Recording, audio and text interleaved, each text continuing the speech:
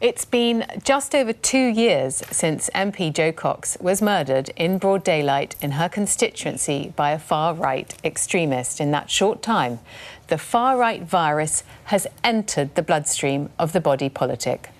To be an anti-immigrant, anti-Muslim, nativist party is the new normal, and it's contagious. A quarter of voters in this country would back such a party. Leaders like Russia's Putin, the Philippines' Duterte, Turkey's Erdogan are not dictators, says a columnist in the Times newspaper. They are strongmen. Our timid politicians should copy, as, like Mussolini, at least strongmen get things done, like make the trains run on time. I don't know about you, but all this terrifies me. Internationalism, not nationalism, since the end of the Second World War, has given us golden eggs in the shape of longer, safer, happier, more comfortable lives. We must not allow the far-right narrative to become normalised. Otherwise, populism will turn into a suicide cult, killing off the golden goose of liberal, democratic capitalism. I've had a cue applauded. OK. Yes, the rise of the far right worries me, but I think I know what the reason for it is, and I think it can be stopped.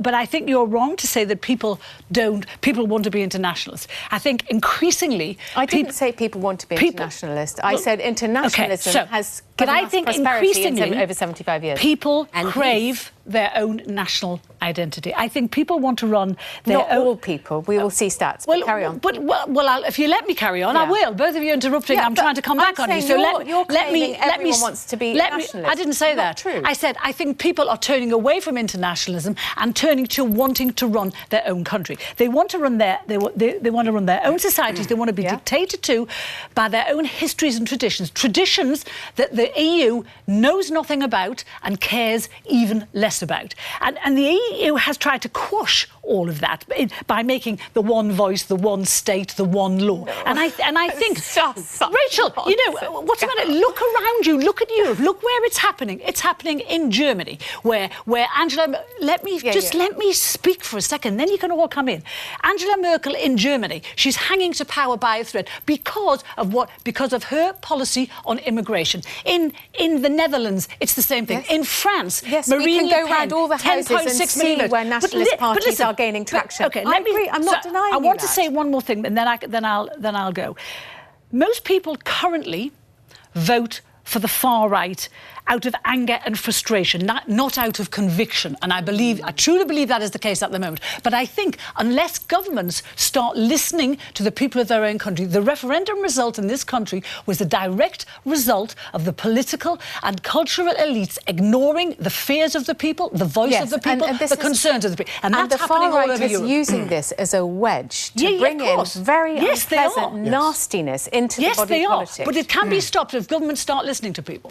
To ordinary people out there, listen to them. To that point on listening, I think that let's have a look at some figures on UKIP, because 12.6% of the vote in 2015 is what they got.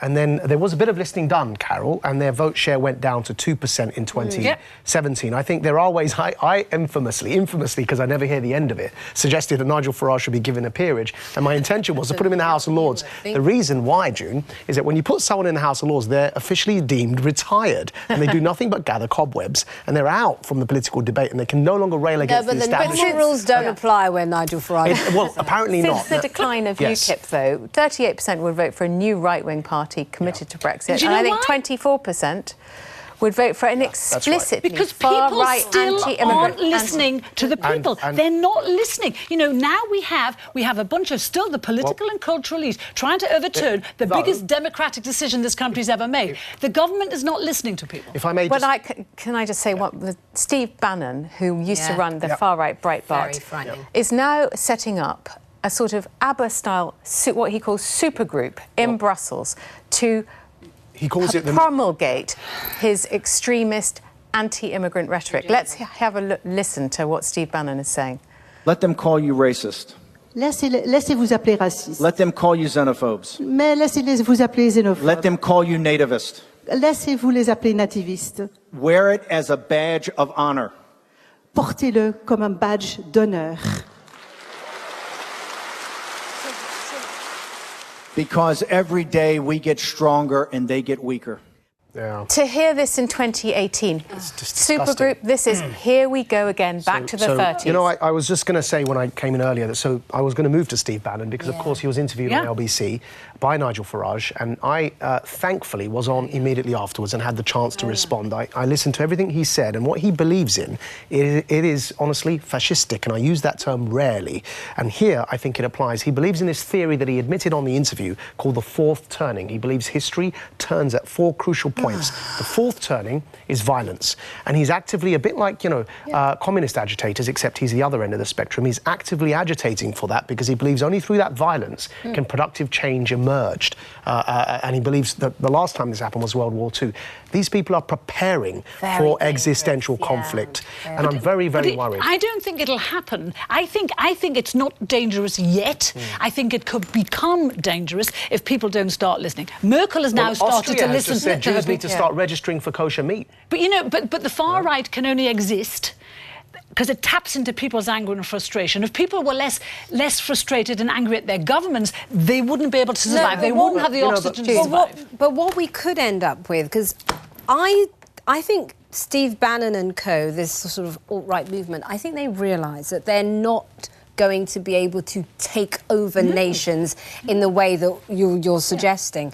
He's going country to country and stirring up hatred in all of these extreme groups, and as a way they are then connected that way. But they've always existed, June. They've always existed. What they're trying to do is to create fear and almost be. But they've always existed, but they only flourish in times like this. Do you think that he should be allowed to go around fomenting this kind of anti-race? Sorry, not anti-race. I can't get it right today. Racist sentiments across Europe. I do think, let's just park Steve Bannon for a bit, but I do think that for a very long time, anybody who has dared to have a concern about uncontrolled immigration has been deemed racist and xenophobic, and they have had their perfectly legitimate concerns suppressed and stopped and dismissed. When you suppress a perfectly legitimate concern, then you naturally create an environment where you start off over here going, well, actually, my entire city is unrecognisable from the one that I've lived in my entire life, but I can't talk about that. Then over here comes somebody talking about this, albeit in a much more extreme voice than you're comfortable with. You start off by going, oh, that's a bit awkward. But then you start kind of gradually going, well, actually, he or she is the only person. Well, where it should end. She's absolutely where it should end. You need to have a situation where you are allowing people to raise legitimate. You shouldn't be allowing people to go, oh, if you're Jewish, let's have, you know, whatever, or if you're Muslim, let's have. That's not a legitimate concern. But if what you're saying is, you know what, my entire city is completely different. There is entirely. You keep saying legitimate. You keep saying legitimate, but actually, anti-Semitism is not legitimate. I've got no way of now seeing it. Anti-Semitism.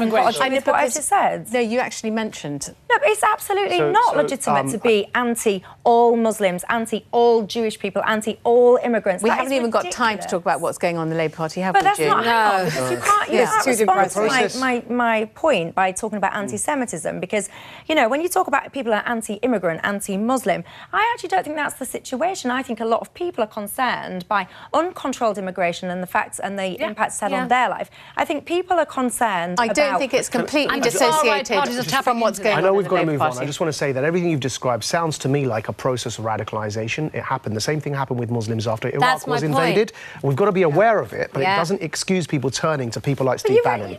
Gordon Brown told... I know that, but I'm saying that everyone has grievances. Everyone has grievances. It doesn't justify resorting to extremism.